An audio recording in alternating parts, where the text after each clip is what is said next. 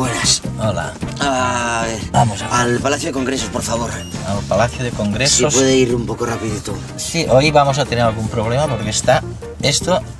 Bueno, el tráfico... oiga, así no hay quien consiga nada, de verdad. Es que llevo un día... Ah, sí, ¿eh? Pero, ¿por qué? ¿Te persigue un mamut o...? ¿Un mamut? Claro, la gente no se lo cree, pero cuando las personas están estresadas, en realidad da igual el motivo, ¿sabes? Si la gente se preocupa, venga, se tortura. Ya, pero ¿cómo es que la gente reacciona de distinta manera? No quiero decir, si el estímulo no importa. Sí. Todo el mundo tenía que reaccionar de la misma manera. Pero es verdad que no importa. O sea, puede ser un mamut que han descubierto de pronto, puede ser un desamor.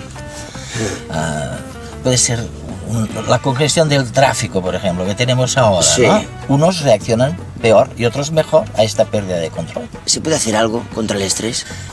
Bueno, es una gran pregunta, ¿no?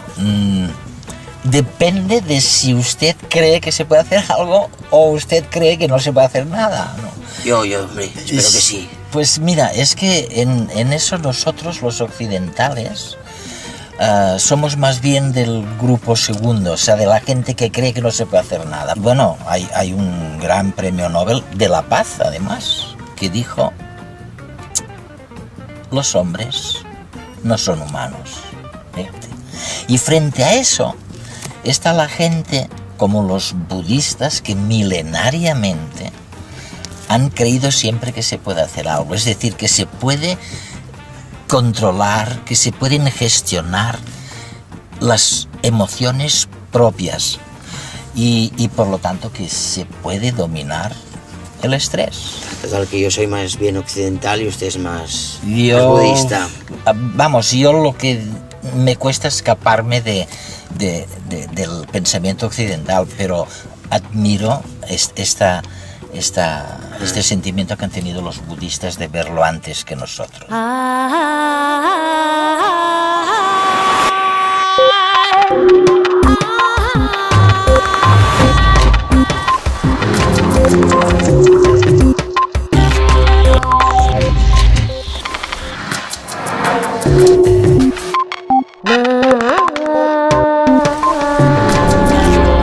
El cerebro es un experto buscador de amenazas. Sonia Lupián. ¿Sabríamos definir el estrés? Es una respuesta de nuestro organismo que muchos temen. Pero no hay que olvidar que sin ella, ni los seres humanos ni el resto de animales habrían sobrevivido.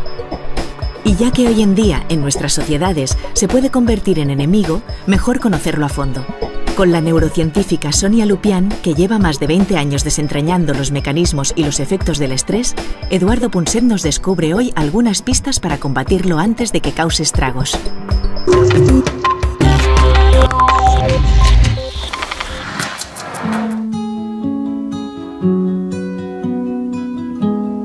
Es curioso, pero una vez más nos encontramos en una situación en la que la gente en general tiende a creer que el estrés lo provoca el exceso de trabajo y la falta de tiempo.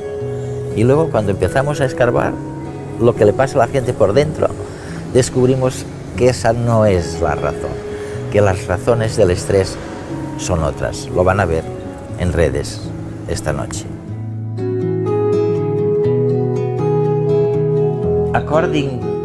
Según lo que tú dices, lo que está sucediendo en nuestro cuerpo cuando un mamut lanudo está a punto de comernos, y cuando estamos hartos de estar al volante y nos ponemos de los nervios en un atasco de tráfico, todo eso es muy similar.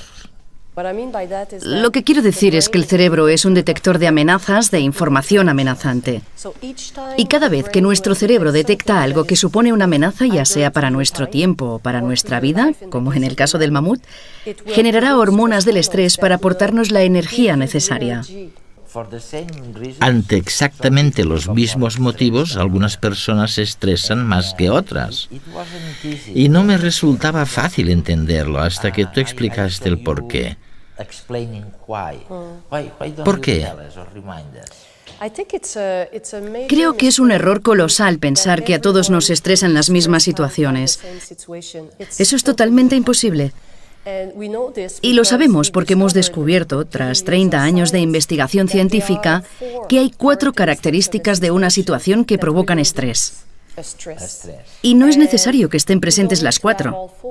Cuantas más se cumplan, mayor será el estrés. Las 4 características de una situación de estrés son las siguientes. La primera es la novedad, lo que nos pasa tiene que ser nuevo. La segunda es la impredecibilidad, tiene que ser impredecible. La tercera es la sensación de que no controlamos en absoluto la situación. Y la cuarta es que debe representar una amenaza para nuestra personalidad. Por ejemplo, cuando alguien se cuestiona nuestra capacidad para realizar correctamente nuestro trabajo o algo así. Si eso sucede, lo que experimentaremos será una respuesta de estrés. No resulta sorprendente, pues, que en épocas de crisis las personas tiendan a sentirse más estresadas, ¿no? Es una situación nueva. Es impredecible. Sí. Controlar mucho menos. O sea que la gente debiera estar más estresada. Pero ¿cómo se lucha contra ese estrés? ¿Se puede evitar? Lo primero que hay que hacer es entenderlo. Tras 20 años investigando el estrés, no creo que la gente sepa lo que es.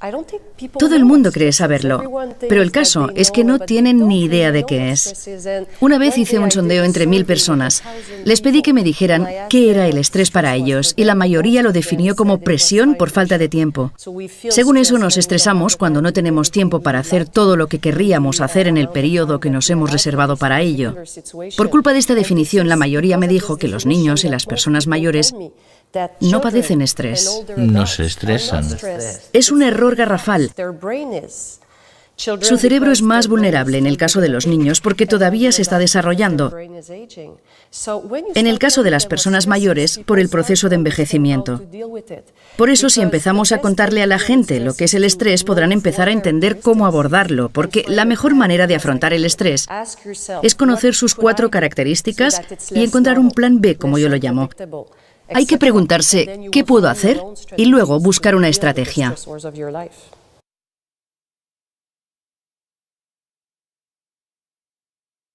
Es curioso. Nuestro cerebro ante una situación de estrés actúa como lo haría hace 20.000 años. Me explico. Bien te persiga, por ejemplo, un mamut, o bien estés esperando una llamada del jefe, tu cerebro reacciona de la misma forma. Hace saltar la alarma. Tú ya piensas que te van a despedir y decides huir o luchar.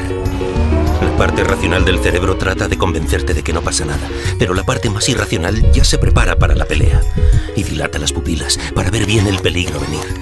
El cerebro lleva sangre a los músculos que se tensan para la pelea. Aumenta la presión sanguínea y abre las venas y le dice al estómago y a los riñones que dejen de trabajar. Contrae los capilares de la piel, quiere minimizar la pérdida de sangre en caso de heridas. Tu cuerpo cambia, estás pálido y aumenta tu temperatura. El cerebro ordena abrir las escotillas de las glándulas del sudor. Aumenta la sudoración y el corazón aumenta las palpitaciones.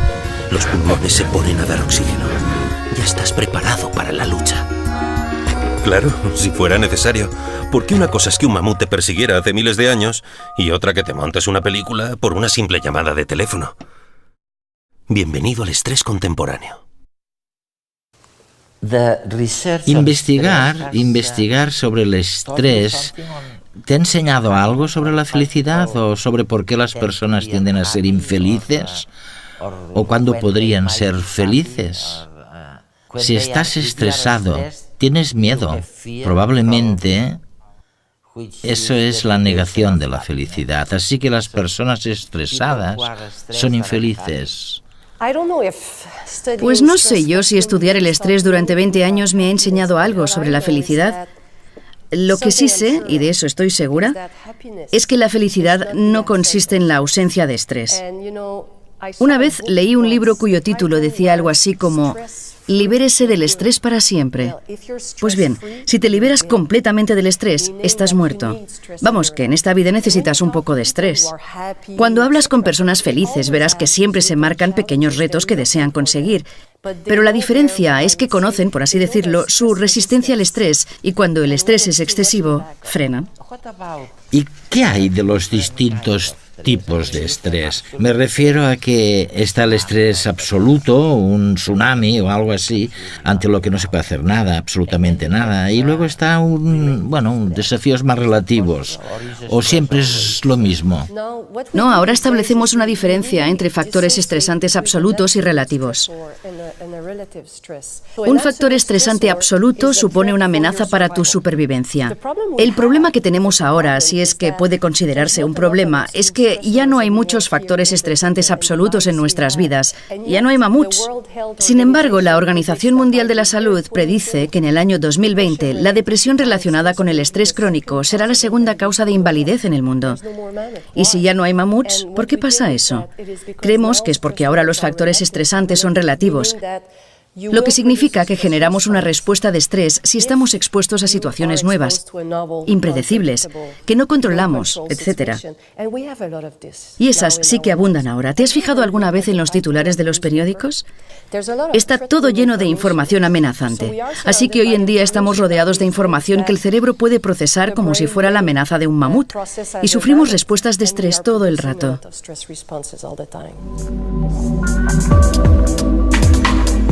La vida moderna está programada a través de horarios, normas y códigos que ordenan nuestra vida diaria y nos dan una mayor seguridad.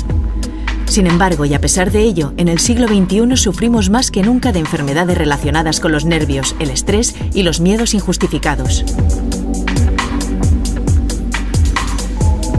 En los últimos 150 años, en las últimas 3 o 4 generaciones, ha sido cuando nos han impuesto o nos hemos impuesto el orden.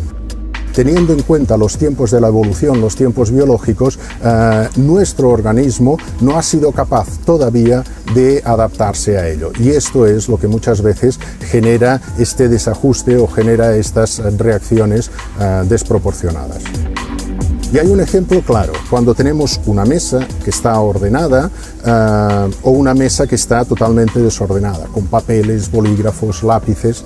Sobre esta mesa desordenada, un bolígrafo rojo no nos llama la atención, pero en cambio sobre la mesa que está perfectamente ordenada, si junto a los bolígrafos azules aparece uno que es de color rojo, esto nos llama la atención. En la vida actual más o menos sucede lo mismo. Cuando hay algo que sale del orden o cuando no podemos cumplir con este orden, entonces nos podemos preocupar, nos podemos poner ansiosos.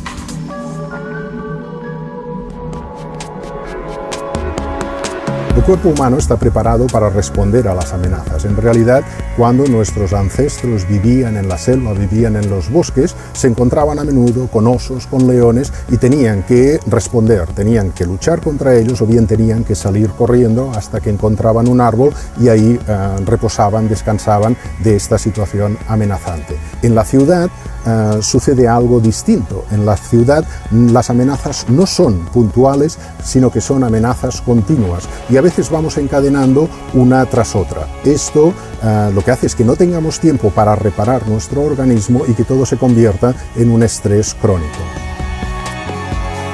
Vivimos como cuando en el ordenador tenemos muchas pestañas abiertas al mismo tiempo. Queremos hacerlo todo a la vez, no nos concentramos en nada en concreto y nos colapsamos. Es como si nuestro cerebro fuera un embudo, que tiene un tope, y cuando lo rebasamos sufrimos de estrés. Ante una situación estresante, nuestro organismo produce una hormona que se llama cortisol. Es la sustancia que nos permite correr más, que permite que el corazón bombee más sangre, incluso que nos permite no sentir tanto el dolor de una herida ocasional que nos podamos producir. Si nuestro organismo fabrica cortisol, ¿no será también capaz de fabricar otras hormonas que puedan revertir sus efectos? ¿Como un antídoto ante el estrés? ¿Cómo puedo saber? ¿Cómo puedo saber si soy una víctima del estrés crónico? ¿Cómo sé que es crónico? Es la pregunta del $1 millón. ¿Cómo saber cuándo es demasiado tarde? Nadie lo sabe. Yo siempre lo divido en 3 fases para que la gente pueda hacerse una idea de cómo funciona. La primera fase es cuando el estrés empieza a cronificarse. La digestión cambia. Cuando empiezas a tener problemillas con la digestión y debes tomarte pastillas cada 2 por 3, es cuando tienes el primer signo de que algo va mal. Con los niños es la primera señal. Se quejarán de dolor abdominal, pero es el estrés. Y luego sigues adelante, sigues y sigues y sigues. En algún momento el cerebro te pedirá algo bueno. Es como si te dijera, he trabajado muchísimo estos días, necesito algo bueno. Un poco de glucosa.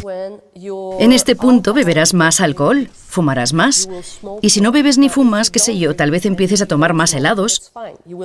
Cualquier cosa que te guste, empezarás a tomarla más porque el cerebro necesita algo para calmarse. Esta sería la segunda fase. En la tercera fase es cuando enfermas. Ahora tienes problemas de memoria, cambios en la personalidad. Te enojas más rápidamente. Aquí es cuando puede aparecer la sensación de estar quemado y la depresión.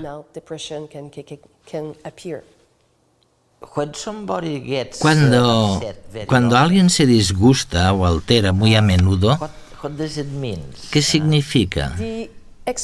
La explicación la encontramos en la investigación con animales. Creemos que sucede lo siguiente. Si se experimenta con una rata a la que se estresa de modo crónico con el mismo factor estresante en todo momento, la respuesta de estrés de la rata disminuirá, se habituará. Bajará. Pero lo que se ha demostrado es que la rata se habituará a ese factor concreto de estrés, pero se volverá más reactiva de lo normal ante cualquier otro factor estresante, por lo que estará hipersensible. Lo que vemos en personas con estrés crónico es que pueden habituarse a un factor estresante crónico. Pongamos que estás pasando por un divorcio muy difícil y cada día tienes una respuesta de estrés. Logras sobreponerte, pero de repente sucede algo en el trabajo. Alguien te dice algo que no es tan grave y explotas. Cuando alguien se enoja con facilidad, se trata de un signo de que padece estrés crónico, de que está intentando abordar un factor estresante, pero se ha vuelto excesivamente reactivo a los demás.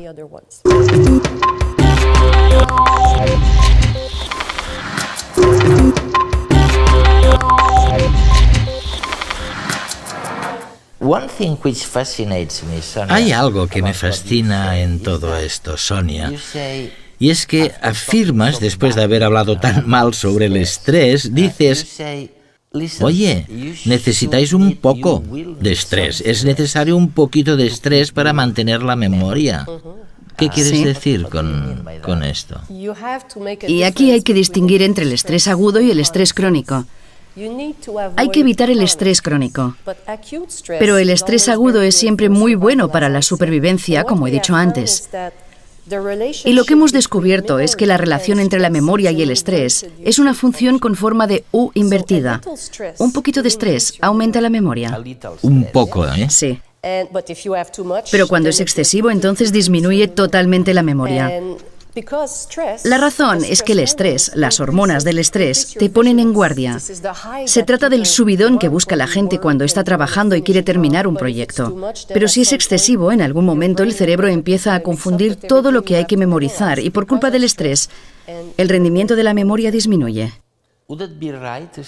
¿Sería correcto decir que un poco de estrés tal vez agudice la memoria a corto plazo y, sin embargo, algo irá mal si intenta atender a diferentes cosas a la vez?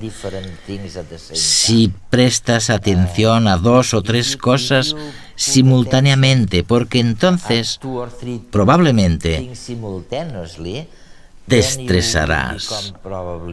¿Es así? Existe la idea de que la multitarea es algo nuevo, pero al cerebro le encanta la multitarea. Si el cerebro solamente hiciera una cosa cada vez, seguiríamos persiguiendo mamuts. Lo que pasa es que cuando aparece el estrés, añade otra tarea que va por encima de todo lo que estás haciendo. ¿Y por qué? Como he dicho antes, el cerebro es un detector de amenazas y está ahí para ayudarte a detectar la información amenazante y hacer algo al respecto. Imagina que intentas hacer 2 o 3 cosas a la vez y que estás pasando por un divorcio muy complicado.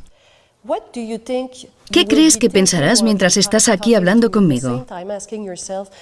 A la vez estarás preguntándote si podrás hacerlo, si podrás hacer eso y aquello con tu esposa. Es otra tarea que persiste en tu mente todo el rato. Se vuelve difícil de procesar y perjudica el resto de tareas. Y esto es lo que hace el estrés. Siempre que hay una información estresante, porque amenaza tu ego o tu supervivencia o lo que sea, el cerebro la procesa primero y todo lo demás se vuelve irrelevante. De la misma manera que nuestro organismo segrega cortisol cuando sentimos estrés, se ha descubierto que existen otras hormonas capaces de relajarnos y producir en nosotros una sensación de bienestar. Entre ellas destaca la oxitocina. Pero, ¿acaso podemos inducir su fabricación de forma voluntaria? ¿Cómo podemos hacerlo? Se producen situaciones placenteras muy diversas. Por ejemplo, un masaje, una conversación con otra persona, tener relaciones sexuales, etcétera, etcétera. Hay un experimento muy curioso. Se escogió a varias mujeres y se les pidió que se prepararan para hacer una exposición en público. Y a la mitad de estas mujeres se les pidió además que su pareja les hiciera un masaje en la zona cervical, un masaje relajante, y que hablara con ellas de manera tranquila. Pues bien, se observó que estas mujeres tenían unos niveles de oxitocina más elevados y en cambio unos niveles de cortisol mucho más bajos. La oxitocina no solo nos relaja, sino que también nos ayuda a aumentar nuestra confianza y a relacionarnos mejor con los que nos rodean, lo cual, a su vez, puede servirnos para reducir el estrés. En un experimento se hizo que un grupo de personas jugaran a un juego de riesgo. Algunos de ellos habían inhalado esta hormona por spray. Como consecuencia de ello, arriesgaron más en el juego. Es decir, que confiaron más en la buena fe del resto de contrincantes. A principios de la década de los 80, en la revista Science se publicó un artículo interesante. Unos médicos siguieron a unos pacientes durante su postoperatorio y observaron una cosa. Los pacientes que estaban en una de las habitaciones cuya ventana daba a una pared de ladrillos donde se veía el edificio de enfrente, se recuperaban más lentamente que otros pacientes que estaban en las habitaciones conjuntas desde donde se veía la copa de los árboles de un jardín que había enfrente del hospital. Parece ser que la risa también puede ayudarnos a reducir el estrés. De hecho, tenemos una tendencia natural a fijarnos en las caras sonrientes y su expresión se contagia con facilidad. Reírnos relaja la musculatura y nos permite estrechar lazos con los que nos rodean. En un experimento se demostró que 60 minutos diarios de comedia televisiva podían reducir los niveles de cortisol en los espectadores. Hacer ejercicio, sentir y pensar positivamente, ayudar a los demás, reír y acariciarnos. Más que una receta para salvarnos del estrés, parece una receta para un mundo mejor.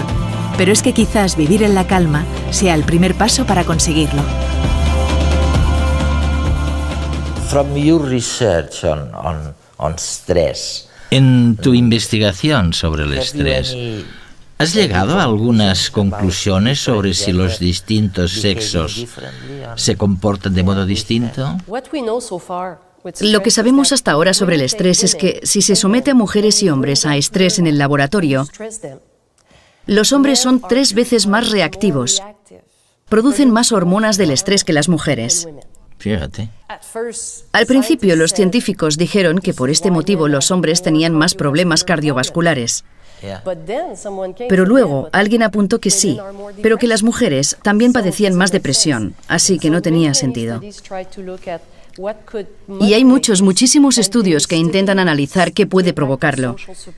Se han estudiado los efectos del apoyo social en la reactividad al estrés, porque la mejor protección contra el estrés es el apoyo social. Cuando te rodeas de personas con las que hablar, eso es muy bueno contra el estrés. No obstante, se ha demostrado que si les pides a los hombres que traigan a sus parejas para que les brinden apoyo antes de verse sometidos a estrés, y les pides a las mujeres que también lo hagan y luego las sometes a estrés, sucede lo contrario. ¿Lo contrario? Sí, resulta que los hombres sufren menos estrés cuando tienen a sus parejas consigo, pero las mujeres se estresan más. No me preguntes por qué. A mí no me extraña. No se sabe por qué. Primero dijimos que era una diferencia entre sexos porque se trataba de hombres y mujeres. Y entonces se rehizo el estudio y se les pidió a los hombres que trajeran a su mejor amigo, un hombre, para que les diera apoyo social antes de ser sometidos a estrés. Las mujeres debían traer a una amiga. Entonces, tras someter a ambos grupos a estrés, la cosa volvió al principio. Ahora eran los hombres los que estaban más estresados. ¿Qué nos dice esto? Nos dice que los hombres y las mujeres no se benefician de las mismas personas en momentos de estrés. A los hombres les va muy bien estar con su pareja, mientras que a las mujeres parece que les va muy bien estar con sus amigas. ¿Será porque en la prehistoria los hombres perseguían mamuts mientras las mujeres recolectaban frutas? No lo sabemos, pero se trata de algo que va quedando bastante claro. No nos beneficiamos de las mismas personas. Una vez que lo sabes, puedes hacer algo al respecto. Sabes, mientras te escuchaba, pensaba que a la gente le va muy bien que le digan un centenar de veces si es necesario, que el cerebro no está ahí para buscar la verdad, sino que está ahí para protegernos. Para sobrevivir. Para enseñarnos a sobrevivir.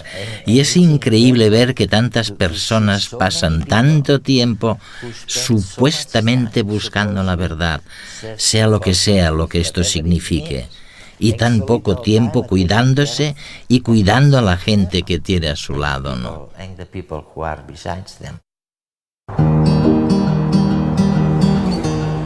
Al cerebro le da absolutamente igual. Le da absolutamente igual que la amenaza provenga de un mamut lanudo gigantesco o de un atasco de tráfico, porque el estrés es el mismo. Y lo que se pone en marcha, la respuesta del estrés, es idéntica. Al cerebro le da igual. Y lo que no nos puede dar igual es no enterarnos de por qué estamos estresados. El mejor método de lidiar con el estrés se basa en conocerlo bien. Sonia Lupián.